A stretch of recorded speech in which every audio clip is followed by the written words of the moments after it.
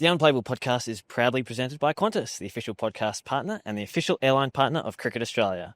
Once again this season, Qantas is proud to be flying Australia's cricketers as they take on the world.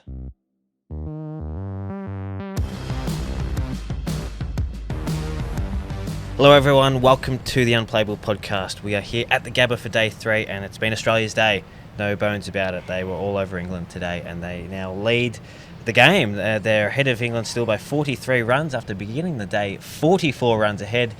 So not a lot has really changed in terms of the deficit, Lou, but a lot happened out there today. Well, everything changed today. I mean, when we look back at the history of this series, this might be the day where we think Australia won the Ashes, potentially. There might be a big call, but Australia, barring any big hiccup tomorrow, are odds on to take a 2-0 lead in this series. No team, I think there's been one team since in Ashes history that's come back from 2-0 down in an Ashes series. England nearly did it in 2023, but Mitchell Starc, superhuman, he's put him on the brink. He's done it again, not with the ball this time, but with the bat. 77 he got today, his highest score in 9 years.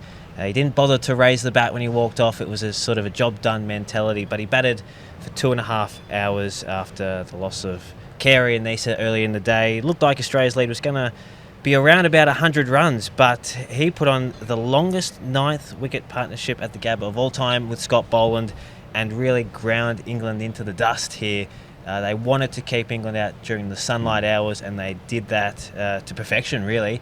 By the time Australia were bowling, the lights were coming on and the sun was going down and it was all Australia from there. Well, and you said not with the ball, but gee, he was incredible under lights with the ball later on. But yeah, I mean, we can do it in chronological order if you like, yeah, Josh. Okay. It was, and kind of skip the wild final hour for now and come back to it. But I mean, Starc's had a curious batting career, hasn't he? Like he 77 off 141 today. And as you pointed out, it was his second half century in the last decade. So, yeah, basically he's almost gone, I think he went 9 years without passing 50. It's interesting looking back at his batting career, 9 50s in his first 52 test innings. In February 2017, his batting average was above 25. Wow. He only made 150 in his next 89 test innings, and then he's bounced back a little bit this year with 2 50s in his most recent 10 innings. So things are on the improve with his bat, and it was a really clever innings, I thought, today. Like England bowled poorly, I thought, when he first came out to bat. They hadn't taken the new ball yet, and he got some loose stuff, and he was 20 off just about as many balls there at the start.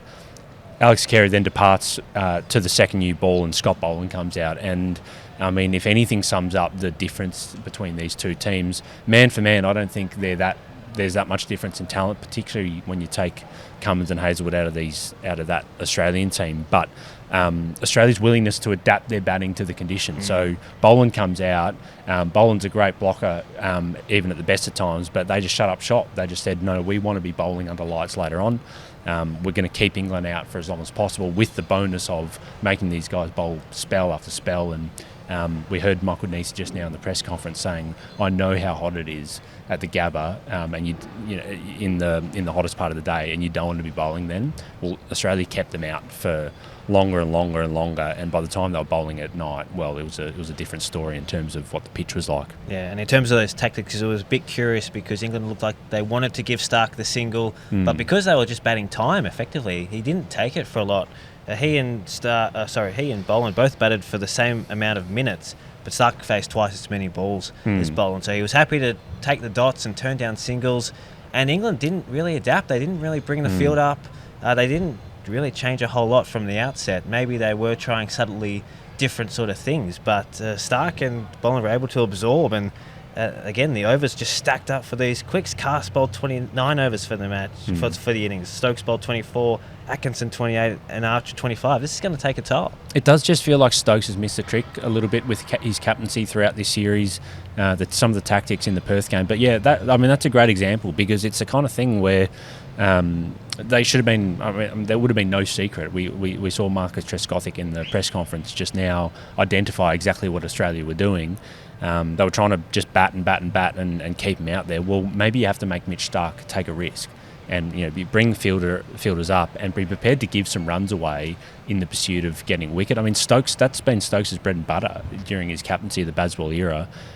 Their whole thing has been about crafty ways of taking 20 wickets. We saw them do it in Pakistan a few years ago on absolutely, turgid surfaces, much flatter than what they were bowling on out highways, there. maybe. Absolute highways, yeah. And they manufactured wickets with often bowlers who weren't as quick as what they have now. Like you look down the list and, I know they were tired, but Archer, Atkinson, Cass, Stokes, compared to, I think back to those Pakistan tests, you had Robinson, Jimmy Anderson, not sure if Broad kind of made that, but obviously great bowlers, especially Jimmy, but on really flat wickets, I'd take the kind of 140 k an hour guys that they have. But the stamina is to be questioned. Jofra Archer bowled some good stuff at times, but particularly at the starter spells, his pace was dipping beneath 130 k an hour.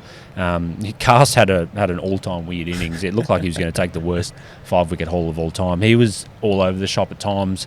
I kind of admired that he just kind of kept fronting up and bowling bumpers and pounding the soft ball into the wicket. But at times you kind of wonder whether whether these guys are fit enough to be for this tour, basically. Cass's 4 for 152 were the most expensive figures by an English quick in Australia in 71 years. You have to go back to Frank Tyson in 1954. I know you're a big Frank Tyson fan, so not a great day for him on that occasion. But when Australia were eventually bowled out for 511, they'd kept England in the field for 117.3 overs. England came out, as they always do, with intent and got to the dinner break at none for 45 from only 6 overs. Crawley, in particular, had hit the boundary on a couple of occasions. Looked good, looked positive, as he always does, but things took a really big turn straight after that break. Yeah, well, it did. You're right. They 45 off 6 overs. That's right. I think it was, and it kind of just looked like, all right, game on here. Like, this pitch is flattened out, and that was dark by that was dark at the time that they were batting. So interesting that they came back out, and it was Doggett and Boland who were the ones to kind of bring it back into it. Probably the secondary new ball bowlers in particular, and that ball was still quite new. They put Starc on ice for a little bit. He was a little bit wayward in that first spell, and I thought we'll talk about Boland in a bit, because that was the best I've seen him bowl all season, including some Sheffield Shield stuff that I've kind of seen him bowl a bit this season, and he was just fantastic. But I thought Doggett was equally as good. Okay. Really challenged both edges of the bat.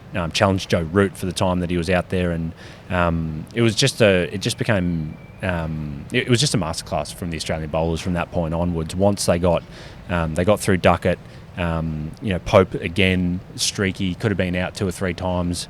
Finally gets out to the first of 2. Michael Neser caught and bowls, and then it was kind of on like Donkey Kong after that. Yeah, it was. So Boland got that first wicket. Duckett bowled one that kept maybe a little low. In fact, the Fox broadcast said that it kept 60 centimetres lower than it should have. So perhaps a little bit of misfortune there for Duckett. But it was, Neser who took a couple of really fantastic caught and bowled, only a couple of overs apart. He had dropped that one off Duckett, which he said just came a little bit faster. But then he had his eye in, because he took Pope and then he took Crawley.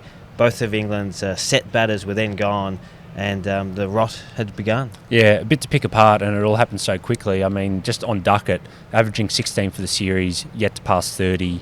That's a massive kind of loss for a guy who I thought could be really successful. Got a couple of starts in Perth, didn't he? He did, yeah, but like 28, 21. Yeah. What was it? 15 here. Harry Brook obviously had that excellent innings on day 1 in Perth, but he's kind of hasn't been sighted since. You don't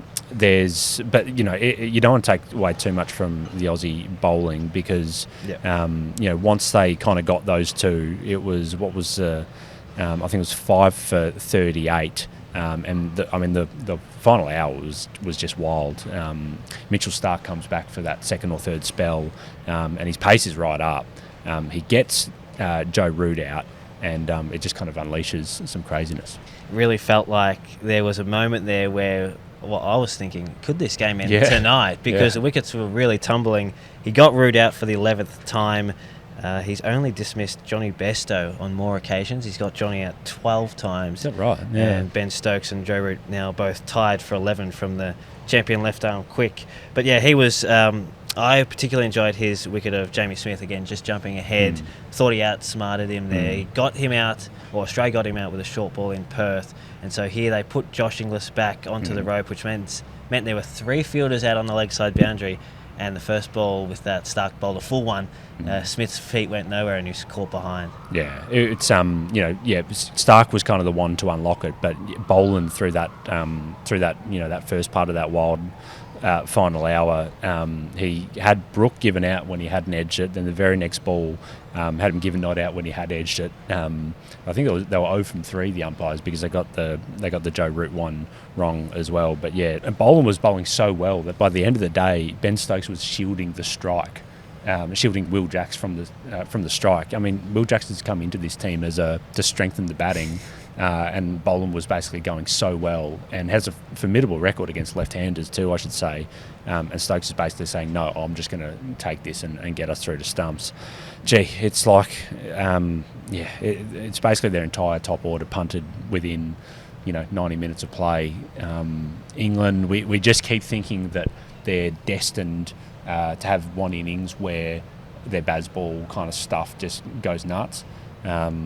And they just didn't give themselves a chance. Like, if they'd gotten through to stumps 2 or 3 down and, yes, it was really hard. And I think it would have been really difficult to get through that final session unscathed. But you just got to question some of the lack of adaptability, the unwillingness to change anything about the way they play.